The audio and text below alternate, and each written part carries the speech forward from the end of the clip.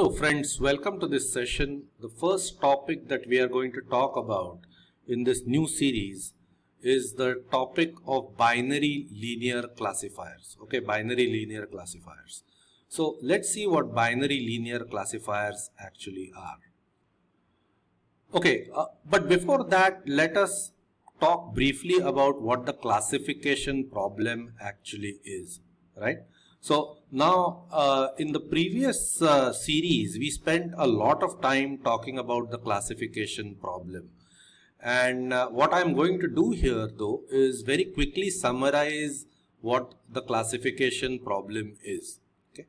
So the classification problem basically involves predicting or estimating the category or class of an input based on its observed variables. Okay, observed variables, also called features. So what actually happens in the classification problem is that you have various output classes. I'm going to draw them as buckets. Okay, so these are various output classes or categories. Let's call them A, B, C, D, so on. Okay, and there could be any number. And what you have are inputs. Okay, inputs whose certain features you observe. Okay, the features of the input that you observe are known as observed variables. Okay, so these are the things that you observe about the input. Based on those observations, you have to categorize or predict the class, one of these classes, where that input is going to fall. So each input is predicted or estimated to fall into one of these four categories. Okay. Often the variable that defines which bucket the input goes into is called a decision variable. Okay, just some terminology. Okay. So depending upon the value of the decision variable, you categorize the input into one of these four buckets, into one of these classes. Okay. Okay. So now the relationship between the observed variables, and the decision variable is not obvious. There is no mathematical formula that helps you derive the value of the decision variable from the observed variables, right? Which is where this whole aspect of AI training, etc., comes into the picture. Okay. But to summarize, the classification problem therefore involves predicting or estimating the category of an input based on its observed variables. So that's what the classification problem is. Let's take an example. Okay. As an example, we are going to predict what men wear based on their age and income. Okay. So we are going to define a few output categories. These are the output buckets or classes that we talked about. Group A is the group of people wearing a pajama or a dhoti. Group B is people wearing shorts. And group C are men wearing trousers or full pants. Okay. What we are going to do is predict what a person is likely to wear. In other words, predict what group a person is likely to fall in based on their age and income, right? Okay. So, like I said, there is no obvious relationship between what people wear and their age and income, right? However, you suspect there is a relationship or you feel there is a relationship, and therefore you are trying to set up this classifier to find out if you can actually predict what men are likely to wear based on their age and income. That's the example of classification problem that we are going to look at. Okay. So what do we have here? We have an AI model. Okay, an AI model that learns. And to the AI model, we are going to feed training data. Okay. Now, what does the AI model do? The AI model essentially unearths or discovers the relationship between the observed variables, which in this case are age and income, okay, and on one hand and the attire or what the person is wearing on the other. So the AI model, based on the training data provided to it, is going to unearth or discover if there is a relationship between age and income on one hand and the attire on the other. Okay, so that is what the AI model is supposed to be doing. It is supposed to discover the relationship, or in other words, learn from the training data what that relationship is, if a relationship exists. Now, different AI models differ essentially in their ability to learn or in their ability to unearth this underlying relationship between observed variables on one hand and the decision variable on the other, right? So that is the job of AI model, and that's where in their ability to do this is where the AI models differ from one another. Okay, so if you had to predict what men wear based on their age and income, you would be required to provide training data. Okay, and the training data would essentially look like this. Okay, the training data would essentially be a table, okay, or a tabulation of age, income and attire for various men. So for example, you would go about on the street talking to different men, ask them their age, ask them their income, see what they were wearing. So A, B, C, D are these groups of attire. These are the groups that I have put over here, and you would create this table. You would probably talk to hundreds or thousands of men, ask them their age and income, see what they are wearing, and create this table for training data. Okay, you would then feed this training data to your AI model, which would then learn. Okay, and then on the basis of learning, if you were given information about a man who you had not met, for example, if you were told that he was 51 years old, okay, and had an income of 23,000 rupees, right? The AI model would then predict what that person was likely to be wearing. Okay, one of these three categories, right? So that is how training happens. That's the job of the AI model, and and this is how the classification problem works.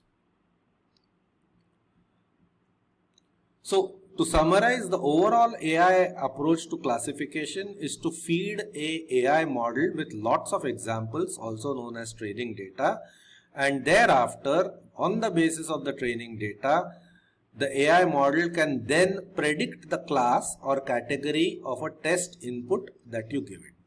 Okay. So हमने पिछले series में classification के बारे में बात की थी. इसमें यही होता है कि हम एक AI मॉडल डेवलप करते हैं जिसे काफ़ी सारा ट्रेनिंग डेटा देते हैं, और ये मॉडल ट्रेन होने के बाद अगर आप उसको कुछ टेस्ट इनपुट देते हो तो उसकी कैटेगरी या क्लास ये मॉडल प्रेडिक्ट कर सकता है, अनुमानित कर सकता है. तो ये होता है classification problem. Of course, no classifier has a 100% efficiency, in the sense that although an AI model has learned, it can still make mistakes in the class that it predicts for a test input, right? So that's what the general classification problem is. Binary classification. Okay, binary classification is essentially a special case or a subset of the generic classification problem, in the sense that in the binary classification problem there are only two classes, only two output categories. You could call them A and B, and even in a more generic sense you can configure that question as a yes or no question. So only two output buckets, only two output categories, and every input has to be categorized into one of these two output categories, right? So everything else remains the same as far as the training data etc. is concerned. It's just that there are only two output classes. So that's the binary classification problem. Now this may look like a very special case. It's not, because binary classification problems appear all the time around you. For example, if you are sort of building a financial model, invest or not invest is it's a binary decision, yes or no. If you're looking at medical data, at risk or healthy is a binary decision, right? If you're a young person looking to get married, marry or don't marry is a binary decision. You would have to sort of build a fairly complex AI model that captures your characteristics, the characteristics of your prospective spouse, and sort of, finding training data would be a challenge in itself, I suppose, because you would have to speak to lots of married people and find out what works and what doesn't work. But anyway, that would also be an example of a binary classification problem. So binary classification is a fairly regularly appearing problem, and therefore it is of special interest, right? So let's move on. Binary linear classifier. So what is a binary linear classifier? A binary linear classifier basically does the following, okay? Based on the training data, you partition the space represented by observed variables into two parts linearly, where the two parts best correspond to the two output classes in the training data, okay? So this is a long sentence, but let's go over it again. Based on the training data, okay, based on the training data, so you clearly have training data. You need training data to train your model. What you are going to do is you are going to partition the space represented by observed variables. Now, what is the space represented by observed variables? Think of a two-dimensional space, right, with x and y axis. That's a two-dimensional space. So if you have two observed variables and you plotted them on the x and y axis respectively, that two-dimensional space would be the space represented by observed variables. If you had three observed variables, you imagine a space with x, y and z axis, with each of the three observed variables being plotted on these axes, and then that space would be the space represented by observed variables, right?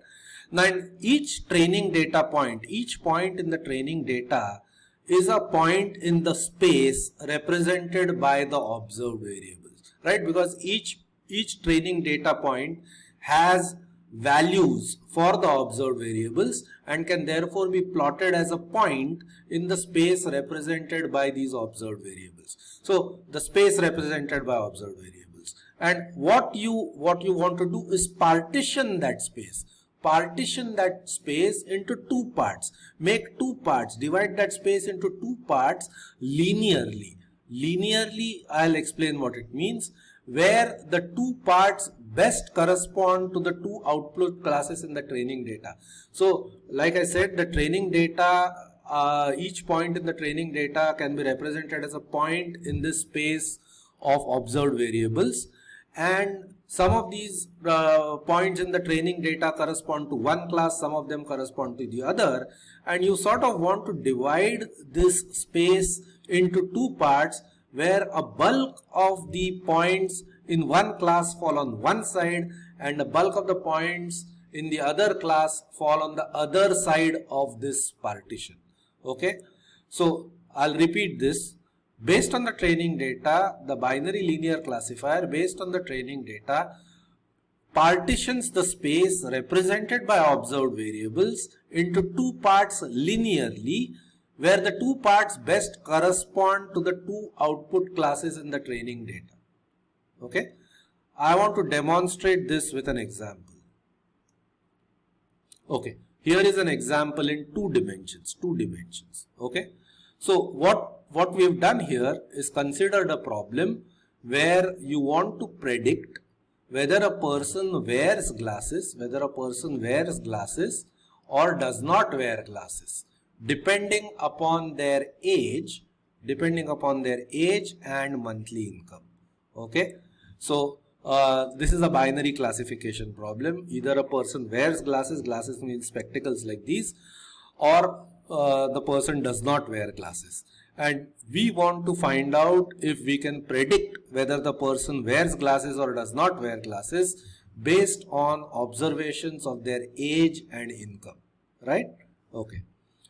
So what we have is, the two dimensions because there are two observed variables, age and monthly income, two observed variables. Because there are two observed variables, this is a problem in two dimensions, right?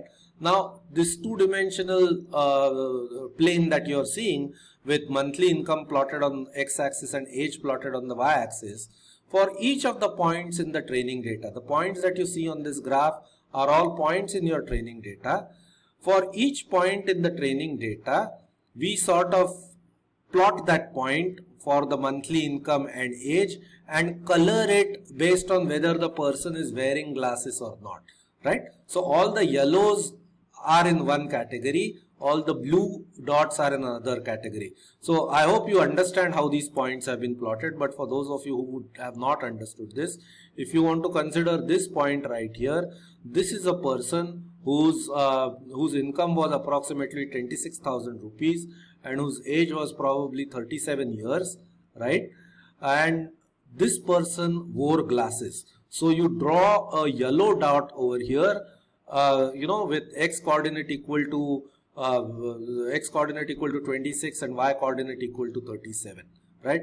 Similarly, if you had this guy right here, let's take this blue person right here, this person's income was probably 53,000 rupees and his age was probably looks like 58, right? 58 years. So this person was not wearing glasses and therefore you colored him with a blue dot. So this is the space represented by in two dimensions, and you've drawn the points, each point representing training data, right? Now what you want to do in the linear classification problem is to draw a partition, okay? This is a linear partition. A linear partition in two dimensions is a straight line. So you want to draw a straight line such that all the blue points are on one side of this line and all the yellow points are on the other side of this line. You want to find the best possible line which has maximum yellows on one side and maximum blue dots on the other, okay? This line is also called the decision boundary, okay? Now, why is it called the decision boundary? Let me explain. Your goal is to sort of find this line, this linear partition, like I said, such that most of the yellows are on one side and most of the blues are on the other, right? Now, if you are able to find such a line and if you got a test input meaning you found you were told that there is a guy whose salary is 65,000 rupees and his age is 27 years. Can you tell me whether he wears glasses or not? What you would do is you would plot that person on this graph, see on which side of this line that person fell, and if it was the side with maximum yellows, you would categorize that person as a yellow in the sense not wearing glasses, and if he fell on the other side, you would say that he is most likely to not be wearing glasses, right? So that is the reason for finding a decision boundary or a line that does a best partition of these dots. Best partition in the sense maximum yellows are on one side and maximum blues are on the other side. Now clearly there are an infinite such lines possible, right? So this is one line, here is another line, here is a third line, and clearly all of these lines do a different sort of a job in terms of the partitioning. Some of them have an equal number of yellows and blues on both sides. That's not a great partition. Some of them, for example, this one looks like a decent one because most of the yellows are on the right hand side and a fairly large number of blues are on the other side. So this looks like a decent partition, but there is clearly a best partition based on the training data, and that best partition or the decision boundary representing that best partition is what you want to find, okay? So that is what you have to do in the linear classification, binary linear classification problem. Another example in 3 dimensions. So let's say you gathered a bunch of data about medical data about people. You gathered their age, cholesterol and blood sugar. These are the 3 variables. These are the 3 observed variables or features. And because there are 3 observed variables, you are sort of talking about 3 dimensions, right? Now in 3 dimensions, a linear partition is a plane. Okay, so I have sort of tried to draw a plane over here. And again, in this 3-dimensional space, you have plotted the points yellow and blue. Yellow are the dots of healthy people and blue are the dots of people who are at risk. And what you want to do as far as building the linear classifier is concerned is find this best linear boundary, which is a plane over here. Find the best plane, right? Find the best plane such that maximum number of blues are on one side and maximum number of yellows are on the other side. In certain sense, I'm sort of loosely saying maximum on one side and maximum yellows on the other, but we will define mathematically what the best partition is going to mean. Okay, but broadly speaking, the best partition essentially has as many as possible blue points on one side and yellow on the other. So it partitions the data as cleanly as it can. So this is an example in 3 dimensions. It becomes difficult to visualize in higher dimensions, but you get the idea. You can have more observed variables, 4, 5, 6 or 7, but I cannot draw an image and it's simply harder to visualize it. But this is what exactly happens in higher dimensions as well. Okay, so let's come back to what we said was a binary linear classifier. Hopefully now you understand what each of these things mean. So what does the binary linear classifier do? Based on the training data, you saw that you have to plot these training data points. Based on the training data, you partition the space represented by observed variables. Space represented by observed variables had dimensions equal to the number of observed variables. That space you partition linearly into 2 parts, where the 2 parts best correspond to the 2 output classes in the training data, right? So you understood what training data is, you know what space of observed variables is, you know what partitioning is. I also explained what linearly means. What we now need to talk about is what's the meaning of the word best. Okay, so what does best mean and how is the best found? How is this best decision boundary found? That's going to be the topic for the remaining of this session as well as the next session. So clearly, there is a lot to be said about what comprises the best partition. But this is what a binary linear classifier is, right? Great. So like I said, now the rest of the lecture in the next lecture is going to be a little bit mathematical because it's going to be dealing with how you find the best decision boundary, right? So there is going to be some math involved. Okay, now most undergrad courses on AI ML will not cover these topics, in the sense most of them would assume that you already know these things. But some of these ideas are so fundamental, so critical to the binary linear classifier that I think everybody needs to be absolutely clear on these basics. So we are going to spend about 10-15 minutes recapping some of the underlying math. Okay. Okay, vectors and dot products. I'm sure everybody has seen this, but let's just recap, right?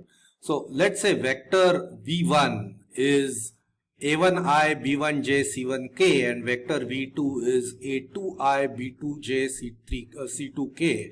Here I, j and k, as you know, are known as unit vectors along the different dimensions. So I could, for example, be the unit vector along x, j in y and k in the z direction, and you sort of put a small cap on top of the letter to indicate that it's a unit vector. So I cap is a unit vector. Okay, similarly j cap and k cap and so on. So let's assume vector v1 is a1i b1j c1k, v2 is a2i b2j c3k, right? The dot product of these two vectors is simply computed by multiplying the corresponding coefficients and adding up everything. So a1 multiplied by a2 plus b1 multiplied by b2 plus c1 multiplied by c2. So as you can see, a1 and a2 are the constants associated with the unit vector I in the two vectors. So you multiply them. Similarly, b1 multiplied by b2 and c1 multiplied by c2, and you sort of add all of this together. So the dot product of two vectors is a scalar, it's a number, it's a quantity, right? And it's computed as in this manner. Now it turns out that this dot product is also equal to mod of v1 multiplied by mod of v2 multiplied by cosine of theta. Okay, where theta is the angle between the two vectors, and modulus of a vector, you know, is of course under root of a1 square plus b1 square plus c1 square root, and similarly for v2. So the mod of these two vectors, okay, the mod of these two vectors multiplied by cosine of theta, where theta is the angle between the two vectors, right? So the theta is the angle between the two vectors, angle between v1 and v2, right? So that is theta. So the dot product, which is computed by multiplying and adding corresponding coefficients, is also equal to this v1 mod multiplied by v2 mod cos theta. This is a very important piece in the overall idea of binary linear classifiers. Now I'm not going to prove this here. You can sort of look up your 12th standard books to look at the proof, but I just want to put it out here because this is a fundamental idea in the overall binary linear classification mechanism. Okay, so let's remember this. Okay. Now let's say you have 2 points, okay, a1, b1 and c1. Let's say this is a1, b1 and c1, and this is a2, b2 and c2. A direction vector from one point to another. So this is the direction vector from one point to another is simply this, okay. So you subtract the corresponding constants a2 minus a1, because this is from a1 b1 c1 to a2 b2 c2. It's a2 minus a1 I bar, b2 minus b1 j cap, and c2 minus c1 k cap. So this is a vector. This is the direction vector from one point to another. Now this vector is identical to, for example, another parallel vector of the same length or the same magnitude, right? So a vector has just a magnitude and a direction. That's what a vector has. And a direction vector, that's why it's also called a direction vector, and a direction vector from one point to another is found in this manner. Okay, so plane and perpendicular. Okay, so it should actually be hyperplane and perpendicular, because although we are showing this for 3 dimensions, this is extensible. It exactly extends the same way to more dimensions. It's just harder to visualize, so we speak in terms of 3 dimensions. I have drawn a plane over here, okay, a plane, and here is a vector that is perpendicular to this plane, okay, perpendicular to the plane, meaning this direction makes an angle of 90 degrees with the plane. And this vector, for example, this direction vector, for example, let's call it ai bj ck, right? Now here is a point in the plane. This point lies on the plane. Let's call it x0, y0, z0. So it lies on the plane, and this vector ai bj ck is perpendicular to this plane. Now consider any point, you know, in the 3-dimensional space. Typically when somebody says any point, you typically represent it in terms of variables, right? X, Y and Z, because X, Y and Z could take any values and what's being said would still hold. So therefore, when I say any point, we typically would represent with x, y and z, right?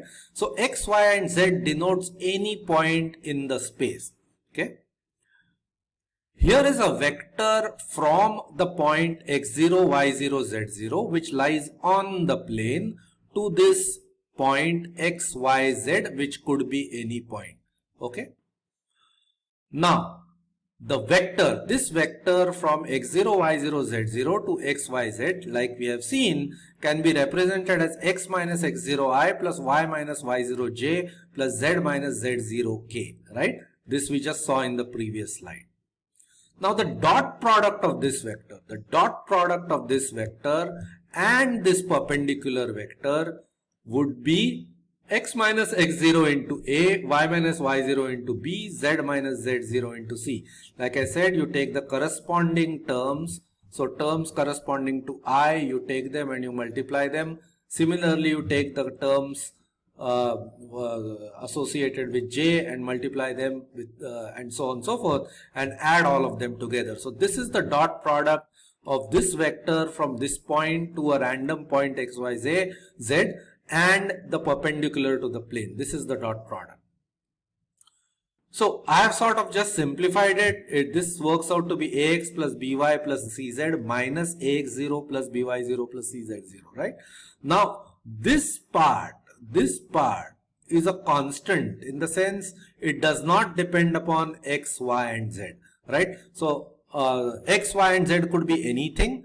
Anything means we are denoting them as variables, but this thing that I have shown in a circle right here is fixed, it's constant. It only depends on a, b and c, which are the coefficients of the perpendicular, and the fixed point x0, y0, z0 which lies on this plane. So I am just going to call this d, okay, d. It's a constant, okay. So this is the dot product, and we know that this dot product is modulus of v1 multiplied by modulus of v2 multiplied by cosine theta, where theta is the angle between these two vectors, right? So this would be theta, right? So this we saw from the definition of the dot product. Now we know that cosine of theta is 0 when the angle between the two vectors is 90 degrees. It is greater than 0 when the angle is less than 90 degrees. That means it's an acute angle. And cosine of theta is less than 0. It is negative when the angle is an obtuse angle, right? So this we know, right? So what does that tell us about the dot product? This tells us that this quantity is equal to 0 when the angle between the two vectors is 90 degrees. And when is the angle between the two vectors 90 degrees? It's 90 degrees if and only if x, y, z lies on that plane. So you can sort of close your eyes for a minute and imagine. If and only if x, y, z lies in this plane, would this angle theta be 90 degrees. If it is on one side of the plane, let's for example, I'm just saying above. So assuming that this blue vector is sort of coming out above the plane, right? So if x, y and z, the point represented by x, y, z was above this plane, this angle theta would be less than 90 degrees, right? Less than 90 degrees meaning this cosine would be positive. And if x, y, z was sort of below this plane, the angle theta would be an obtuse angle, which means that the cosine would be negative, right? The cosine would be negative. So what we are effectively saying is that the dot product of these two vectors, so ax plus by plus cz plus d, this whole thing is d plus d, right? It's 0. It's 0 when the point when x, y and z is such that the point lies on that plane. It's positive for all points lying on one side of the plane and negative for all points lying on the other side, right? Okay. So this is very important to know, and this idea is at the heart of, how the binary linear classification works. So it's important to get these fundamentals from your 12th standard very clear and at the back of your mind. So this isn't some magic. I mean, there is a very simple and a clear basis for what we are saying. Okay. So to recap once again, ax plus by plus cz plus d equal to 0 is the equation of this hyperplane, right? I'm saying 3 dimensions, so the hyperplane is a plane. Okay, so this is the equation of the hyperplane. Why is the equation of the hyperplane? Because for any point whose coordinates are x, y and z, if this equation is satisfied, that point would lie on the plane and vice versa. Okay, we also said that if this quantity evaluates to greater than 0, all the points for which this quantity evaluates to greater than 0 would be on one side of this hyperplane, and all the points for which this quantity evaluates to less than 0, such points would be on the other side of the hyperplane. Okay, there is no concept of above and below right now. I'm just saying above and below to make so that you understand what I'm saying. But depending upon the direction of the perpendicular vector, I mean, it could be going up or it could be going down, the directions of what evaluates to positive and what evaluates to negative could change. But what remains true is that all points on one side of the hyperplane have the same sign, right? This equation evaluates to the quantity such that all points on one side of the hyperplane are either positive or negative. Right? Great. Okay, linear equations. So here are examples of linear equations in various dimensions, right? So in one dimension, a linear equation simply represents a point. For example, here it's simply x equal to -3, right? In 2 dimensions, a linear equation represents a line, a straight line. In 3 dimensions, a linear equation represents a plane, right? So in these linear equations, these numbers that you see along with each variable are called the coefficients, and you could call this the constant coefficient, for example. Now, why are these called linear equations? These are called linear equations because the exponent of the variables over here is always 1 or 0. Okay, so you will not see terms like x square or terms like y cubed z and so on in a linear equation. You will not see these, right? So the exponent of the variables can either be 1 or 0. I mean, the variable can be missing entirely. It would still be a linear equation. But you will not have cross terms and you will not have higher exponents. That's the reason why these are called linear equations. So let's extend this now to multiple dimensions, to higher dimensions. Okay, so in higher dimension, what happens is that you start running out of alphabets, right? In 3 dimensions, you had x, y, and z. But if you're talking of higher dimensions, you would run out of alphabets. So people typically use variables like these to denote the dimensions in an n-dimensional space. So x, x1, x2, x3, xn, and so on, right? So these are the variables. And in our parlance, in our context, these would represent the featured attributes or the observed attributes if you were talking of binary linear classifiers.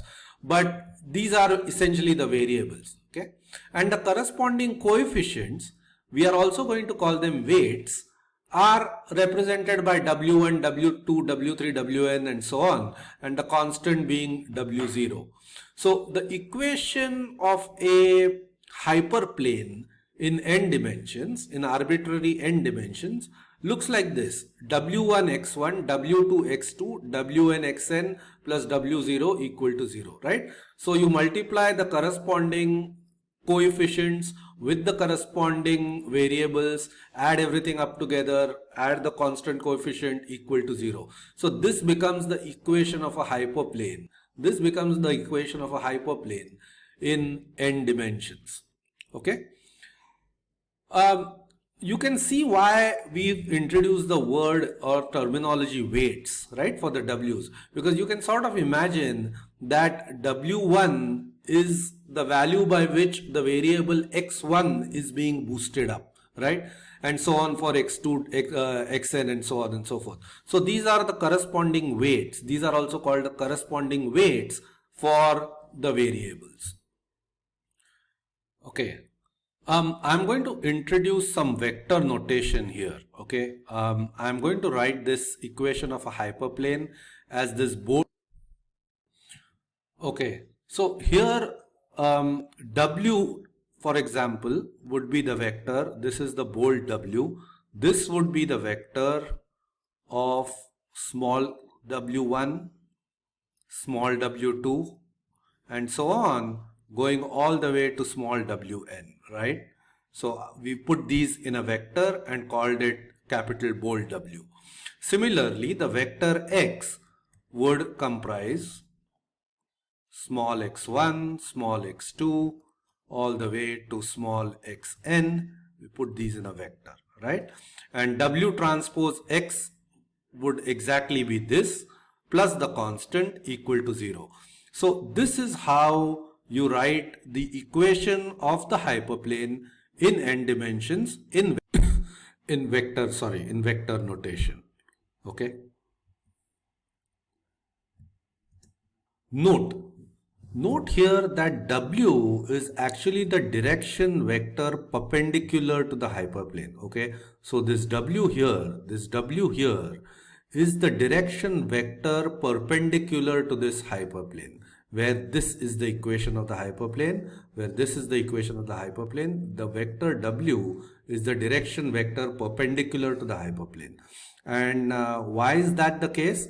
Let's jump back a few slides. This is a slide that we saw earlier. Here, when we calculated the dot product, you saw that the coefficients of the perpendicular A, B, and C got multiplied with x, y, and z, which were the variables, and you got ax plus by plus cz as this part, with the remaining part being the constant, right? So we've seen that. So in other words, W, the WTX plus small w0 equal to 0, in the equation of that plane, the vector W is the perpendicular. Coming back to the binary linear classification problem. Okay. So what is the binary linear classification problem? The binary linear classification problem is therefore the problem of finding the values of W0, W1, W2 up to Wn in this equation of the hyperplane, right? So this is the equation of the hyperplane, and a hyperplane is really going to be defined by the values of W's, which are the coefficients, and our challenge is going to be to find the values of those W's for the best hyperplane, right? Best in the sense such that it best divides the training sample into the two parts corresponding to the two classes. Okay. In vector notation, therefore, saying the same thing again in vector notation, the problem of a binary linear classifier is to find the decision boundary, over here such that W transpose X plus W0 is greater than 0 for one class in the training set, and W transpose X plus W0 is less than 0 for the other class in the training set. Okay. And why are we trying to do this? Why are we trying to find such a decision boundary? The reason is that if you were given a test input, a test data, and you had to determine which class it fell into, all you would do is evaluate this part, and if it turned out that this part was greater than 0 for that point, you would assign it to one class, and if it was less than 0, you would assign it to the other class. So that is how the binary classification is going to then work, and therefore the only thing that needs to be done therefore is to find the best decision boundary, okay, or find the best hyperplane that separates these two classes in the training set.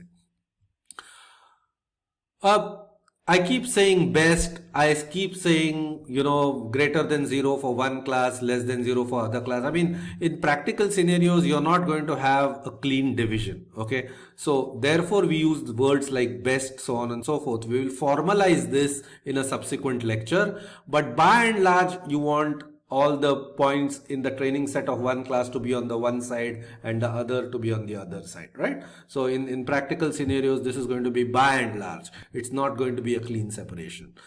Better the separation, better it is for you, but it's probably not going to be a clean separation. You know, I always find it useful to sort of immerse ourselves in the problem by visualizing, right? I mean, visualizing always helps. And therefore, what I want you to do in the next 10 seconds is to sort of, close your eyes, think about a three-dimensional space with all kinds of yellow and blue dots everywhere. This is your training data, and you have a plane.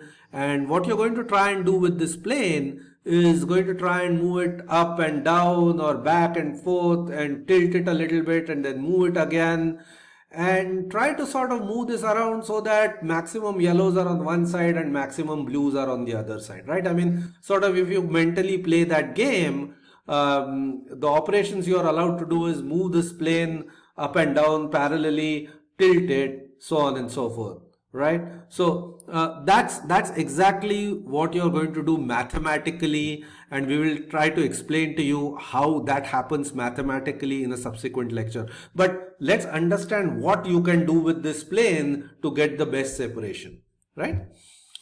Great. Now, if you were doing this exercise, two questions would immediately jump to mind, right? I mean, first question that would come to mind is why linear, right? Why are we talking about linear? I mean, I said you could move the plane up and down and you could tilt it in any direction and then move it again. But you are not allowed to curl it or twist it or make it into a different shape and so on and so forth, right? So you are required to stay linear, right? So the question in your mind is going to be why linear? And the second question, related question that comes to your mind is, does such a linear separation always exist? Okay, both of these are excellent questions and therefore we need to answer these. So what I'm saying is, a linear separation like this, I mean, if you just drew a line, it may not be possible to find a line where all yellows are on one side and all blues are on the other side, right? Is it always possible? May not be possible, but when is such a separation possible? That's one question. And then why restrict yourselves to linear, right? I mean, if such a separation is not always possible, why don't we do something that looks like this, right? I mean, why not have something that, I don't know, maybe goes here, comes back here, goes around these points. I mean, now this kind of a separation, all the yellows are on one side, all the blues are on the other. So why linear? Why don't we look for separations like these? Okay, the reason why we begin with linear is always easy to deal with, right? I mean, ease is always a driving factor in everything. So linear is easier. Coming up with a linear separation, the equations, etc. are easier to deal with. Second point is it can often give good results if formulated correctly. Okay, can often give good results if formulated correctly. I'm going to talk about this, formulated correctly, what it means, right? And finally, a linear, you can always start with linear and it becomes a basis for further refinement, right? So that's the reason why we begin with linear. That's the reason why we study linear. Okay. Does such a clear linear separation always exist? May not. But what my point number 2 is saying is, now we are going to take that responsibility on ourselves. Okay. So formulating a problem correctly so that there is a good linear separation is now going to be our responsibility. We are not going to ask the question, does a clear linear separation exist? We are going to ask the question, what are we going to do? What are we going to do? How are we going to formulate the problem so that a good linear separation becomes visible? Okay. Let me explain this point. And this point goes to formulating the problem correctly.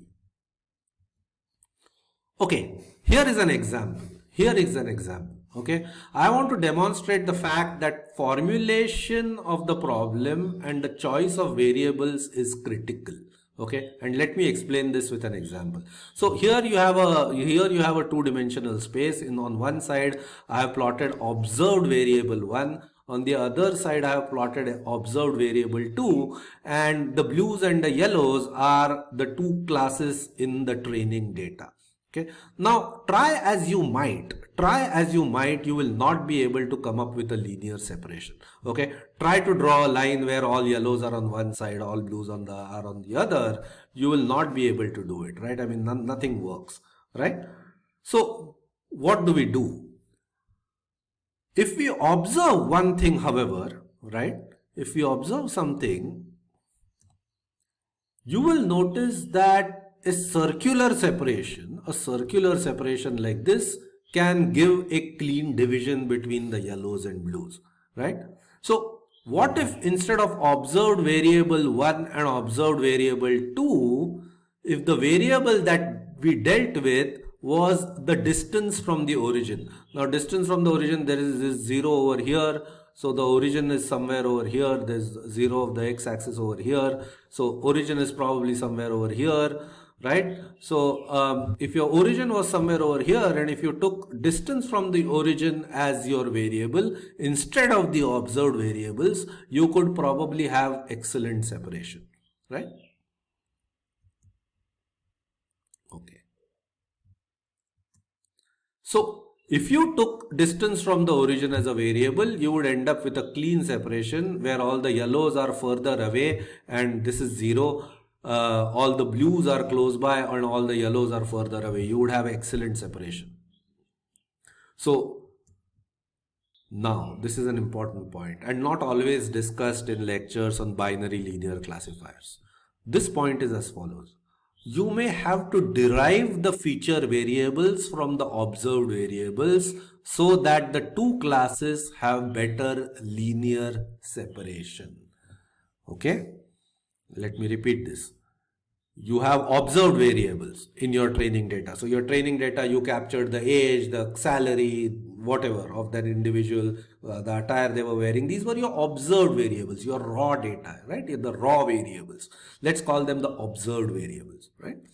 The feature variables which you use to formulate your mathematical problem will probably need to be different from your observed variables so that the two classes have better linear separation, as we just saw in this extreme example, right?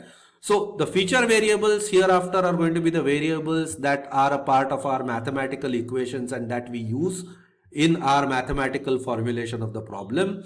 Observed variables are what the raw data had, and you have to derive the feature variables. Derive the feature variables from the observed variables. So feature variables are not equal to the observed variables as we were thinking earlier, but feature variables, if you want to design a good solution, your feature variables may have to be slightly different from the observed variables. Very important point in practical scenarios.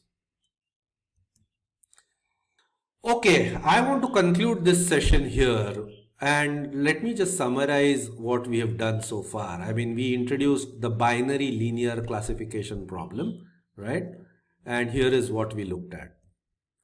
We said that the binary linear classification problem was a special case of the classification problem with just two output classes, We then said that the problem of finding the best binary linear classifier was the same as finding the best linear decision boundary. The best linear decision boundary denoted in this vector notation here, a hyperplane, in the space of feature variables, such that maximum points in one class are on one side and the other class on the other side of the decision boundary. Okay. And finally, we said that the training data, the raw training data may have observed variables and using derived feature variables may yield better linear separation. So instead of using observed variables as is, you may want to derive feature variables which may yield better linear separation in your space, right? Okay, excellent. So this is the summary of the binary linear classifier problem. We have set it up. We know what we want to accomplish. What we have not discussed so far is what best really means. Okay, we have an idea of what best means. We have an idea of what it means. It means, you know, as many points are in one class or on one side and as many points in the other class or on the other side. But we haven't come up with a mathematical formulation for what best means. Okay, and then we are going to do that in the subsequent lecture, and in that lecture we are also going to talk about how to find that best. So mathematically defining what is best will go hand in hand in finding out what that best is. Okay, so that's going to come up in a subsequent lecture.